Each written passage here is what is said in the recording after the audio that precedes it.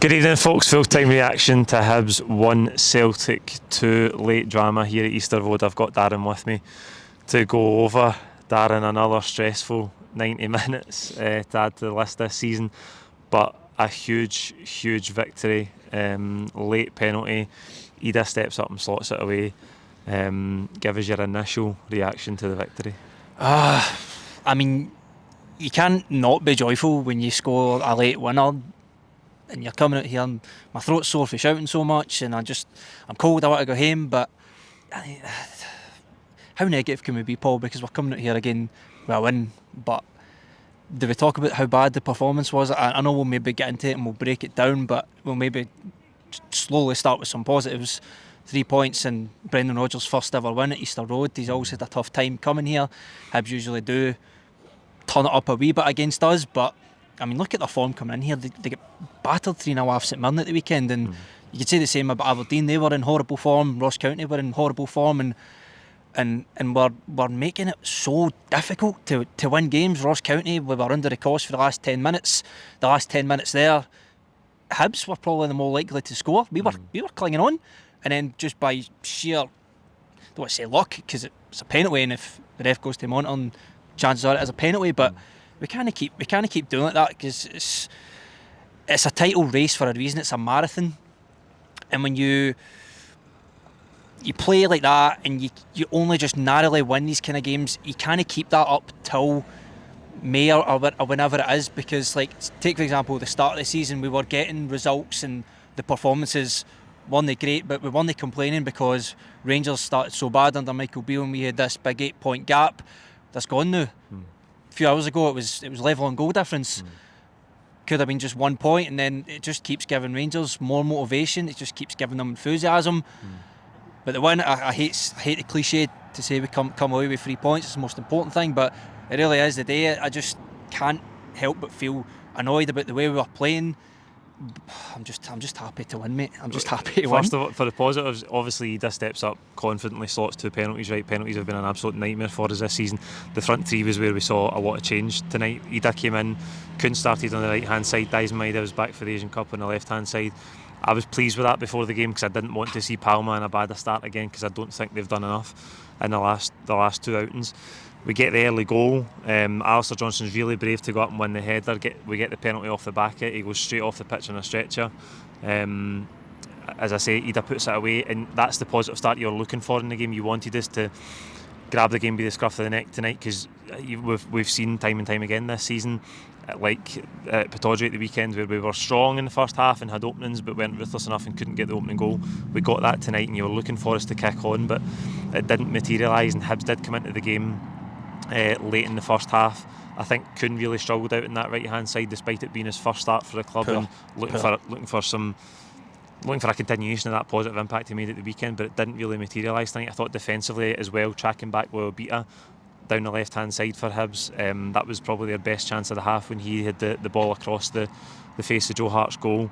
Hibs arguably should have equalised before half time, but it seems like even though we got that goal, we couldn't maintain good control in the game. And we had control and possession, but I think the problem for this Celtic team most of the season is it's non-threatening possession. It's too safe and it's too slow.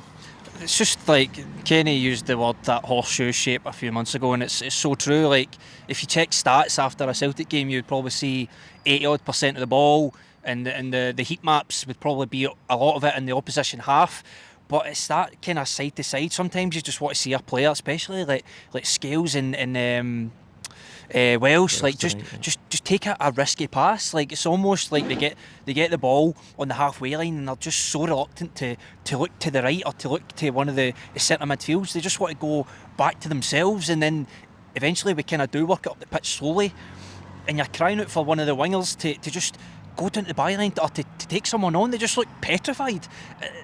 You said during the game you feel like it's almost like instruction just not to do it, but why? Like Maeda again, like he tried a lot of things. I thought he had a poor game the night and all. I don't know if he's maybe just jet lagged for coming back for wherever in Asia the tournament was, but he's just got his ball control's awful, and you're looking for somebody maybe just to be a bit more composed in the wide area. Kuhn, I thought, just had a shocker. I don't want to give him too much stick because he's just in the door, but that was horrendous. But again, like, what do you do next on Sunday? Do you drop him and pull out Idah because he's not having a good time? Listen, Kuhn was bad tonight. Idah was abysmal. Idah was terrible, mate. Idah was terrible. Killed us when he came on. Aye, I just don't think that. I mean, I always say you don't become a bad player overnight, but whatever they're doing in the wide areas just isn't working. It's just not working, because last season we scored so many goals out of fullbacks overlapping and taking the man away from a winger, and then that leaves the winger one-on-one to either cut inside, take the man on, or go down the wide. It's not happening. You look at, I know Johnston went off early, so you look at Ralston and Burnaby, they just don't want to overlap, and it's probably just instruction. Right. So it's just, if we can see it, the manager must see it. It's baffling. The thing I don't understand about the wide players is there was a spell in the first half tonight where Kuhn, I think between Ralston and Kuhn and Welsh and Kuhn, he was given the ball 3, 4, 5 times in the one passage of play, and never once did he even look like he wanted to square up the full-back and take him down the line. He just kept giving it back inside to the full-back or back inside to Welsh, and then the play ends up fizzling out because it goes back into the centre of the pitch, and somebody tries to play quite a straight ball and it goes straight through to David Marshall, and the attack comes to nothing. I would just love to know what is the plan for the team when they work the ball into that position, because it seems like they don't have a clear idea of what they're trying to do. And again, the success of this Celtic team in recent seasons has been getting to the byline quickly and getting low dangerous crosses in, and we don't seem to do any of that, but we don't want to seem to do it. Into the second half, the Hibs equaliser felt inevitable. I said before half time they had chances, they came out second half as well, and you just felt, like I said at the weekend, that there's vulnerability in this Celtic team. You could see it even before Dylan Levitt strikes the equaliser for the edge of the box. There's times they come forward and you think we're all over the place here defensively, structurally. You look again at the personnel in the back four tonight, it's Burnaby, Welsh, Scales, Ralston. That's not the kind of defence you thought we would be playing at this stage and this season. And I think once the equaliser goes in, the game becomes a lot like the game at Pittodrie on Saturday, where it was chaotic, it was a bit end to end. For a spell there was no midfield in the game, and I thought again tonight our midfield of McGregor, Bernardo, O'Reilly were really poor at times, and again Hibs probably have the better chances in that second half. Boyle has a good chance. I think Miller really late on has a brilliant chance at the back post as well. That just when it goes across, it cuts it across the goal. Cuts it across Joe Hart, it goes wide. I think we got away with one there big time. I feel like there was a 15-minute period after Hibs equalised where, especially Martin Boyle, that like the ball was just going over the top of where it was Burnaby or Scales. He was just getting in behind so many times. There was one that he got in behind and Joe Hart makes a good save low down, and then there's the other one where if Martin Boyle hits, he probably scores, but he decides to dive for some reason like that. And even the goal, it goes over Welsh's shoulders, and he's chasing. Is it Mugabe? Is that his name? No. Jay Tavares. I'm not sure, but the boy gets in behind, and you see Welsh. He just gets a hold of him, and that eventually it just pulls him down at a nothing attack, and that eventually leads to the free kick that goes to the goal. I don't know whether it's just because we're missing that. We've said it so many times, but it's kind of like the easy thing to say that we're missing Carter Vickers. But his injury thing is just, it's baffling me, to be honest, because he's had this knee surgery and now it's affecting his hamstrings. He comes back, he plays one game. Even Stephen Welsh as well. Every time he comes back, he gets injured. Every game he plays, he gets injured, and it's a different injury always well by the looks of it. Whether it be him or Nawrocki, they keep coming off. Like obviously Nawrocki struggled at the weekend, came off in the second half. Welsh comes off tonight, Nawrocki comes on. Again, that strikes me as Brendan Rodgers being unsure about whether they can last 90 minutes and whether he can trust them over a 90-minute period. We just talked about the defence being really shaky in that middle period of the second half. We did create chances as well though. Idah hits the bar. He also has a really good chance.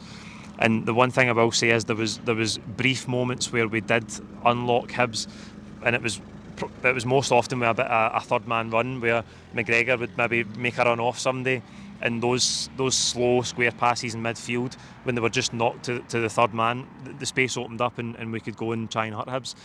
Burnaby puts it across for Idah. He kind of gets it stuck under his feet. If he just makes clean contact, it's almost a certain goal. It comes back to Kyogo, who takes a touch, dwells on it, it gets nicked off him. There was chances there for us as well, but again, I talk about the vulnerability defensively, but I think there's still that lack of conviction and lack of ruthlessness up front as well. Idah's going to get the credit for obviously scoring the 2 penalties, and rightfully so. He showed a lot of composure, I think, particularly on the one at the end. But like he says, he had some really good chances. I think the one that hit the bar, the flag went up, but it's still not an excuse. He should be scoring. And the one where he just gets stuck under his feet, stuff like that, you expect a wee bit more from your number 9. And then you've got Kyogo coming on, and there was I was a bit unsure. Like, see, when obviously they brought Kyogo on with Idah, but I was unsure what was Kyogo's role in that, because you had the three, like the 2 wingers and the striker, and then it was almost like Kyogo just had like a bit of free roll, and like maybe playing on the edge of the box kind of suits him sometimes, I would say, because that little 1-2 he had with, I think it was Matt O'Reilly to win the penalty, stuff like that. So obviously it's won as the game, but I really don't see what Kyogo is like. Like, he's a bit in limbo just now, I think. Kyogo's trying to force it. I think when he comes on, you see, he done it on Saturday actually, went on a run past 3 or 4 players. He tried to do it again tonight, but just runs out of steam. He's almost trying to run through players at times. That looks to me like a player low on confidence who's trying to force things to happen. Look, psychologically, it is a big win, because the game could have went either way. There's no two ways about that. We get the win late on, and you see the scenes at the end, Callum McGregor interacting with the crowd, trying to push us on. You can see that he's saying, we're fighting for this and we just go to the next game. Probably the most animated that I've seen Brendan Rodgers to the crowd since his return as well.